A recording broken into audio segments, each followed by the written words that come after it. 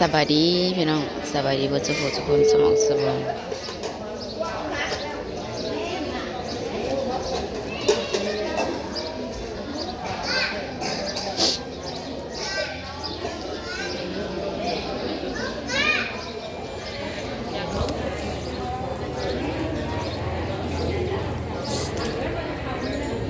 มีแต่คนงามๆ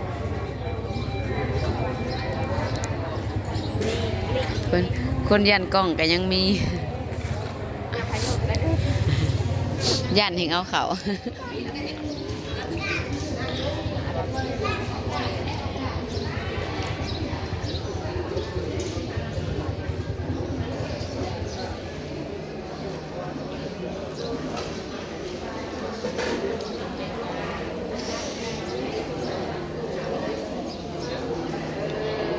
เบิ่งดูสิ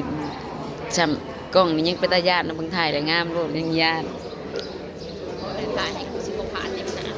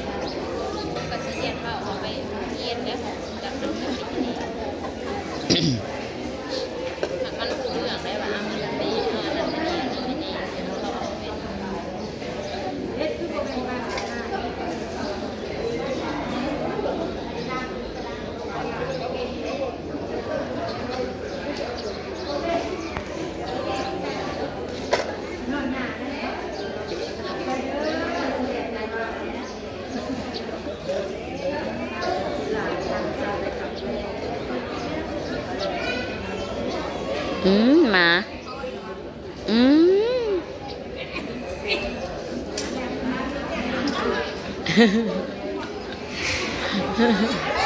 โอ้ลูกกูโอ้ตกใจดิ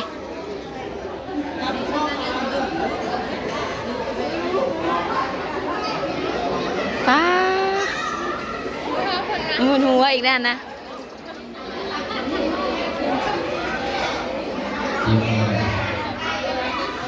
เดี๋ยวเจ็บบ่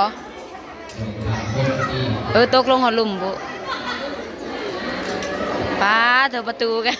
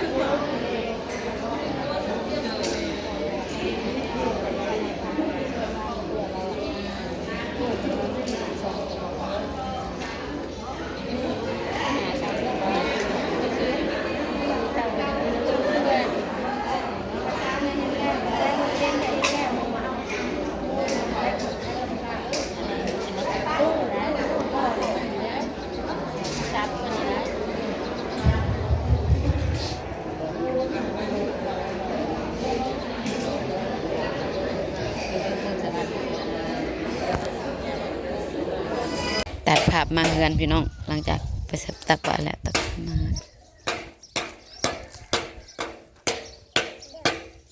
เด้งเด้ง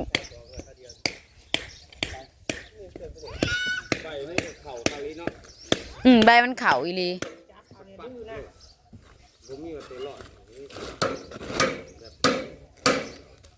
เก็บมาเบิ้ลแล้วเปิ้นมันน่ะ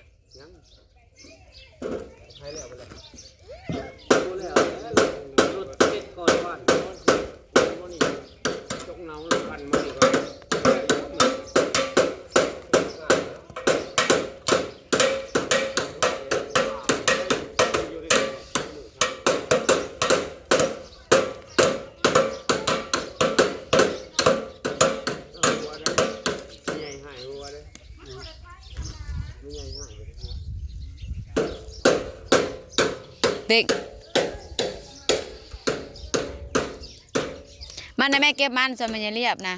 ไพ่จะเอามึงคือบอกเกินมาเอาพอได้ขานมมาว่าในนี้จ้ะ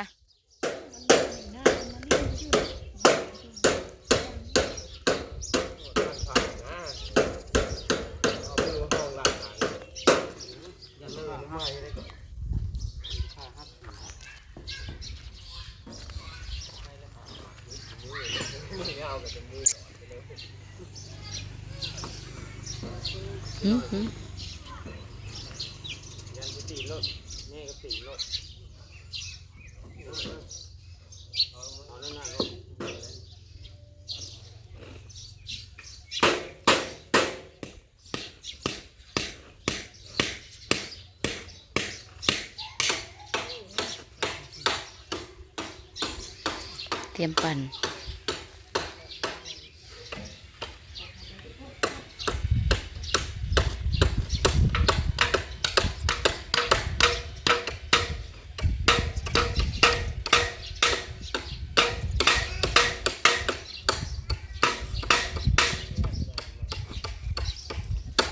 ตีต้นเบี้ยมัด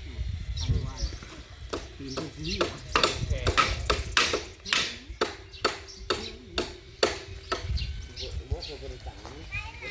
เบิ่งเปิดเบิ่งเด็กเด็กเบิ่งห้องไผ่ห้องไผ่ไปแม่เก็บมันซอยแม่อันอย่าเรียบผู้ไปอย่าก้อนผู้ไปไปไปน้องมีได้ขนมนะมัดแล้วฮะ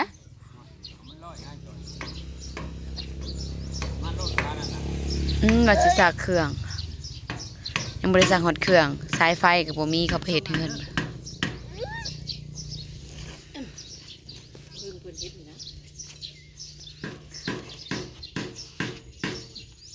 มีแนวขังคักเนาะ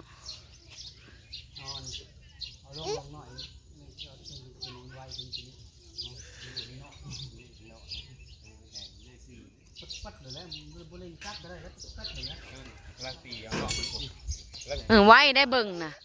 คือว่าจักกระเล่งค่อยๆนี่ก็ปอดเอา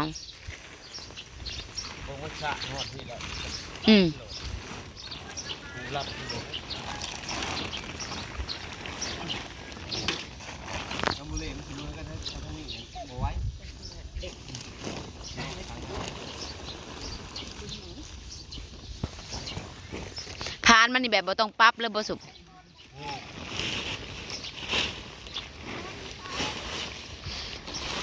ดึงมาทางพี่หาแนวเต็งเปิ้นเอาผู้เอาเรียกเอาอย่างผู้มาเต็งโลด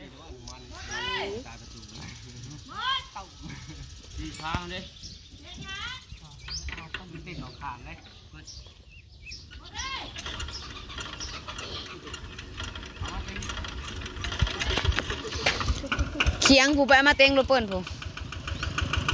บ่ได้ใส่เสียงจักแห้ง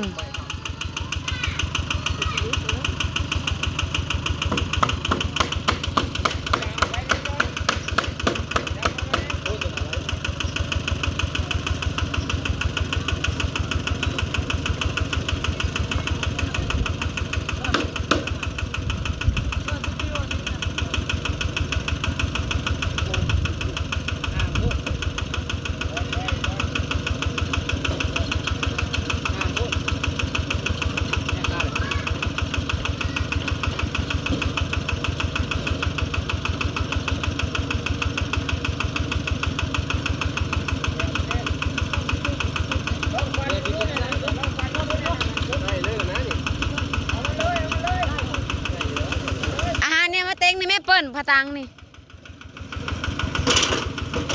โอ้ได้แล้วจ้อย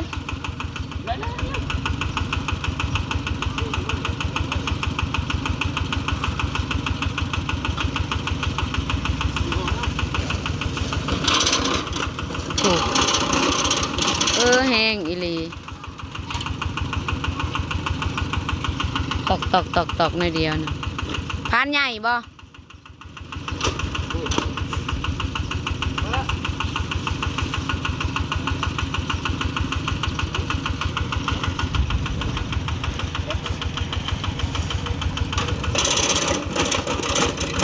มันหาก อยากพุ่งเนาะ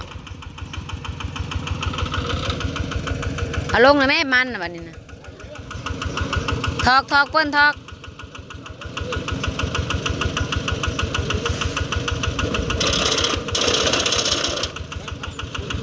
คือดีดกระโดดเถอะวะ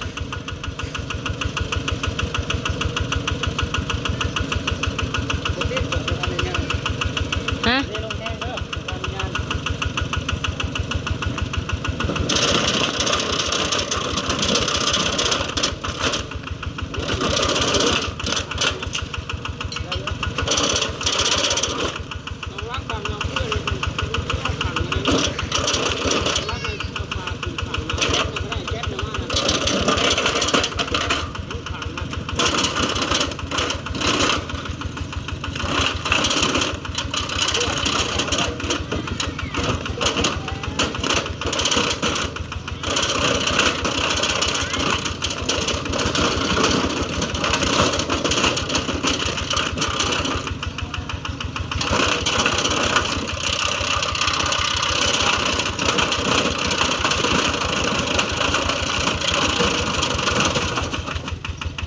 ค่ะ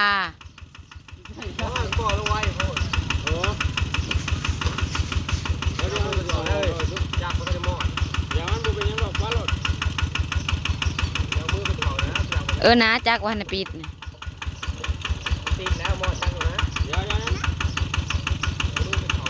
อย่าเอาเข่าใกล้เด้อเปิ้ลเอาไม้นะมาทางนะเปิ้ล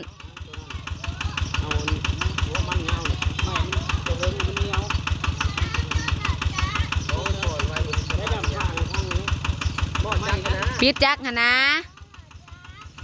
ปิดจักหะนะก่อนนะว้าว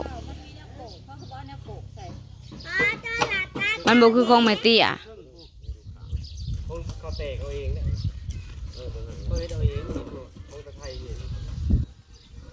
ไปได้พี่น้องทดสอบ